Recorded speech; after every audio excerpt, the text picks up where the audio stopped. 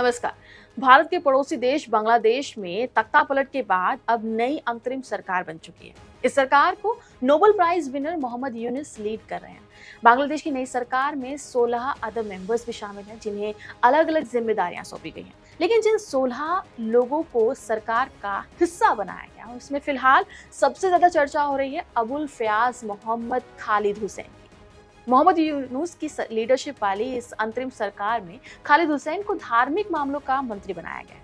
आपको बता दें कि खालिद हुसैन को बांग्लादेश में एक खास कट्टरपंथी के तौर पर देखा जाता है। ऐसे में किसी कट्टरपंथी को ही धार्मिक मामलों का मंत्री बनाना कितना सही है, ये एक बड़ा सवाल है। यूनुस सरकार ने जब खालिद हुसैन को ये जिम्मेदारी दी, उसकी टाइमिंग भी काफी कुछ कहती है।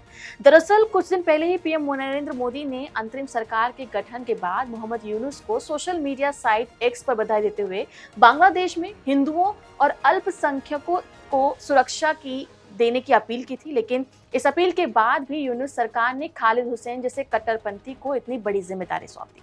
ये साफ बताता है कि यूनुस सरकार का झुकाव ऐसे लोगों की तरफ ज्यादा है जिनका इतिहास माइनॉरिटीज पर अत्याचार को बढ़ावा देने का रहा।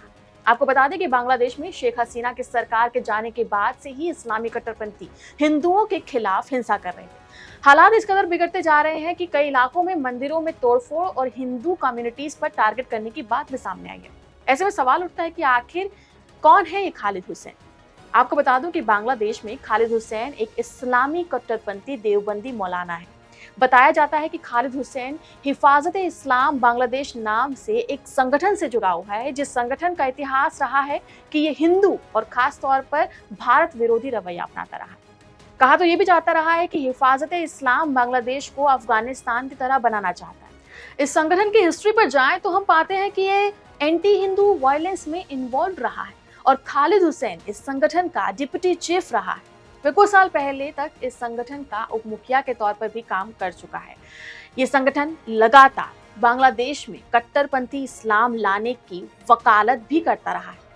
यहाँ बांग्लादेश में पिछले कुछ सालों में हिंदुओं की आबादी लगातार कम होती जा रही है। साल 1951 में हिंदुओं की आबादी लगभग 22% थी, लेकिन 2011 तक ये घटकर लगभग 8.54% हो गई।